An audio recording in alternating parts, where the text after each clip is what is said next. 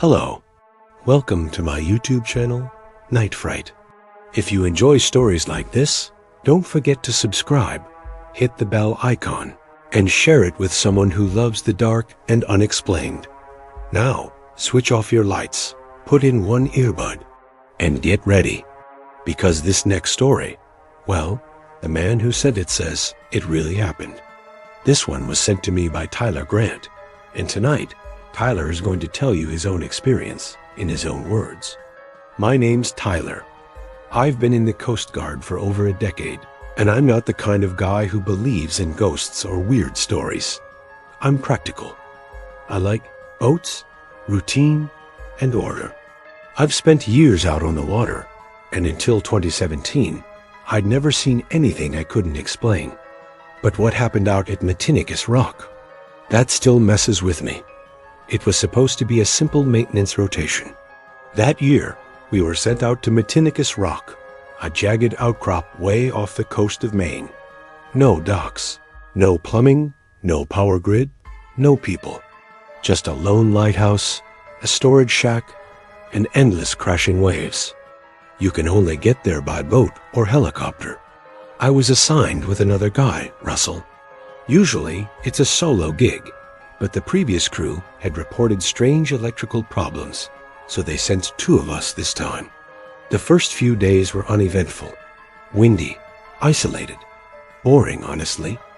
We checked the mechanics of the beacon, tested the backup batteries, scraped salt corrosion from the interior, refueled the diesel generator, and killed time reading and playing cards. It wasn't glamorous, but it was familiar. Nothing felt off, not yet. Then, on the fourth night, I woke up around 2 a.m, feeling off. It wasn't sickness or pain, just this heavy, unshakable pressure in the air, like the feeling right before a storm. But when I looked outside, the sky was clear. No wind, no lightning, just quiet. I sat up in my bunk, rubbed my eyes, and that's when I noticed something. The beacon light wasn't sweeping. It's automated and should rotate every few seconds, day or night. But the room was still, no flashing beam through the window. That was a major red flag. I got up and shook Russell awake. We climbed the narrow spiral stairs to the top of the lighthouse, and when we got up there, the gears that rotate the beacon were humming, still moving. But the actual light was jammed, wasn't turning at all. We checked the assembly and found the issue almost immediately. There was a piece of fabric, thick, soaked in seawater, and something slimy jammed deep inside the mechanism. It looked like an old coat or blanket. It reeked of mildew and rotting seaweed. No idea how it got there. The windows were sealed, the doors locked. We tossed it out into the wind, chalked it up as weird, maybe debris blown in from somewhere, and went back to bed. But the next night, same thing. 2 a.m, again, I woke up. The beacon had stopped. This time, it was a smaller piece of cloth, a red scarf, or maybe an old shawl, frayed and wet with bits of shell and tiny crustaceans clinging to it, like it had just come out of the ocean.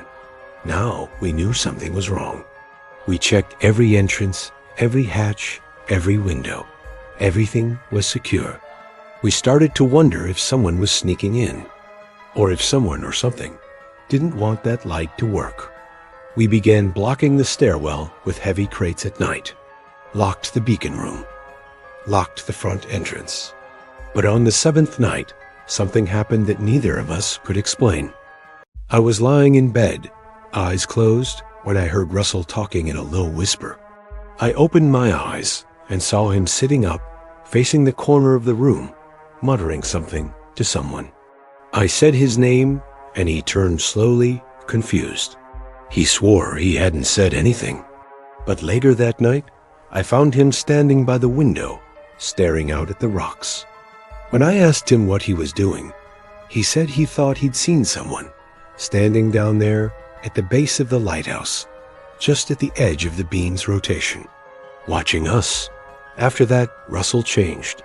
He stopped sleeping, barely spoke, just stared out the windows and muttered about hearing voices inside the stairwell, noises in the walls. On the 9th night, we both heard it. Footsteps on the stairs, not creaks or shifting weight. These were slow, deliberate steps, one after another, descending from the top of the tower. We stood there frozen, staring up. Neither of us had gone up there. Neither of us had moved. That night, we shoved a dresser in front of the door and slept with knives under our pillows. By the 11th night, we were both frayed, and that's when the beacon failed again. But this time, it wasn't jammed. The beacon room door was wide open, like someone had kicked it in. The wind was howling through. Inside, the industrial-grade bulb had been unscrewed, carefully set upright in the middle of the floor. That bulb takes force. You can't just twist it out with bare hands. I remember stepping back, chilled, and then I felt something brush past my back. Cold. Fast. I spun around, heart racing, and Russell just stood there, pale, pointing at the wall. He whispered, "I saw a hand. It came out of the bricks." We ran, locked ourselves in the room. Russell rocked back and forth in the corner, talking to someone who wasn't there.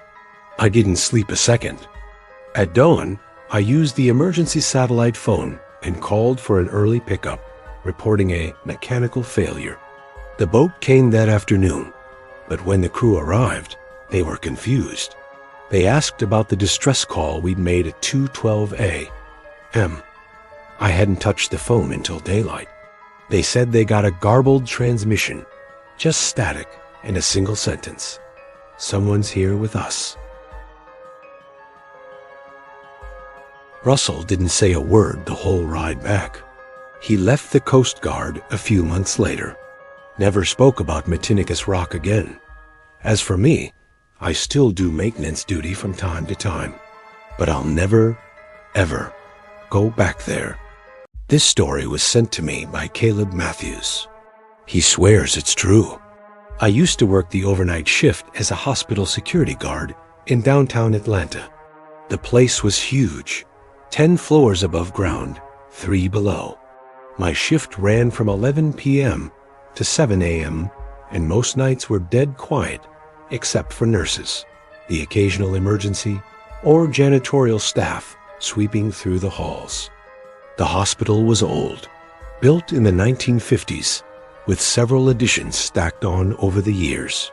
That meant weird floor layouts, dead-end corridors, and elevators that didn't always go where you'd expect. But one particular elevator, I swear to God, it didn't even exist on the blueprints. It started with a routine patrol. I was walking past the South Wing elevator bay, nothing unusual, just the hum of fluorescent lights and the distant echo of footsteps from upstairs. But as I passed the far end of the hallway, I noticed something odd, a new elevator panel. I stopped. I walked that hallway hundreds of times. There were only supposed to be 2 elevators there. Now there were 3. The panel looked old, really old. Brass trim, black buttons with fading white numbers. And the call button? It wasn't the hospital's usual style. It was cracked, discolored, almost like it had been there for decades, but no one had ever noticed. Thinking it might be an old freight elevator or a renovation project, I pressed the call button. It lit up with a faint amber glow. The doors opened immediately, which was weird, considering how long hospital elevators usually take. Inside, the elevator was dim. No floor labels, just a column of numbered buttons, -1 through 12. But there was no basement button, no emergency phone, no inspection certificate. Just that same old brass and a buzzing fluorescent ceiling panel. Still, I stepped in. I don't know why. I pressed 2, just to test it. The elevator began to move, but it didn't feel like any other elevator in the hospital. It was too smooth, too slow, no vibrations, no squeaking of old cables, just silence. Then the doors opened. But this wasn't the second floor. It looked unfinished. Concrete walls, hanging wires, rusted pipes. Like a floor that had been abandoned mid-construction. No lights, no signage. Just a single fluorescent tube flickering overhead. And the air, it smelled like wet stone and something metallic. I didn't step out. I just stood there. Then I heard footsteps, slow, dragging. They echoed down the hall, getting closer, but I couldn't see anyone. And then, right before I hit the door close button, I saw a shadow appear at the far end of the hallway. Tall, human-shaped, but its proportions were wrong. Arms too long, head cocked sideways like it was listening. The doors shut. I pressed lobby, but the button didn't light up. None of them did. The elevator just started moving again, without me doing anything. This time, it went down. Farther than it should have. There were only 3 basement levels, but it kept descending. B4, B5. B6, no floor indicators. I just felt it. When the doors finally opened again, it was pitch black. I stood frozen, heart racing, staring into that void, until I heard something breathing, right there in front of me. I hit every button on the panel. Nothing, just that breathing. Slow, raspy, like something sick. Then the smell hit me, like rotting meat mixed with mold and seawater. And then I saw it, barely visible, a pale face, maybe a foot from mine, on the other side of the threshold. Wide eyes, no pupils, just watching me. And then it smiled. The doors slammed shut without me touching anything. The elevator rocketed upward like it was in free-fall reverse. My stomach dropped. Lights above me flickered wildly as the numbers flew past. When it finally stopped, the doors opened onto the first floor, the real first floor. Fluorescent lights, nurses chatting, everything normal. I stumbled out, heart pounding, and looked back. There were only 2 elevators in the bay. No third panel, no brass buttons. It was gone. I ran straight to the surveillance room and rewound the feed. I saw myself, standing alone, staring at the elevator wall. I never got inside. The doors never opened. But I remember it. Every detail. The next day, I asked a longtime janitor if there'd ever been a third elevator in that wing. He looked at me weird, then said quietly, "There used to be one, way back when. It was sealed up after a patient disappeared in it." He didn't say more, just walked away. I quit 2 weeks later. To this day, if I walk near a hospital and I see an elevator I don't recognize, I turn around and leave. Every time. This story was sent to me by Victoria Hawley. She says it still haunts her dreams. I used to live with my aunt for a few months after college. Her house was in a small, quiet suburb outside of Portland, one of those older homes built in the early 70s. It had this weird layout, 2 floors, but the second one was more like a half-loft that looked over the living room. My bedroom was upstairs, tucked into the corner with a tiny bathroom connected to it. Nothing fancy, just enough space for a bed, a desk, and an old vanity mirror that belonged to my aunt's mother. She told me once that the mirror had been in the family for decades, passed down from her grandmother. It was tall, ornate, framed with carved oak leaves and tiny rose patterns. Heavy as hell, it sat flush against the wall, anchored to it so it wouldn't tip over.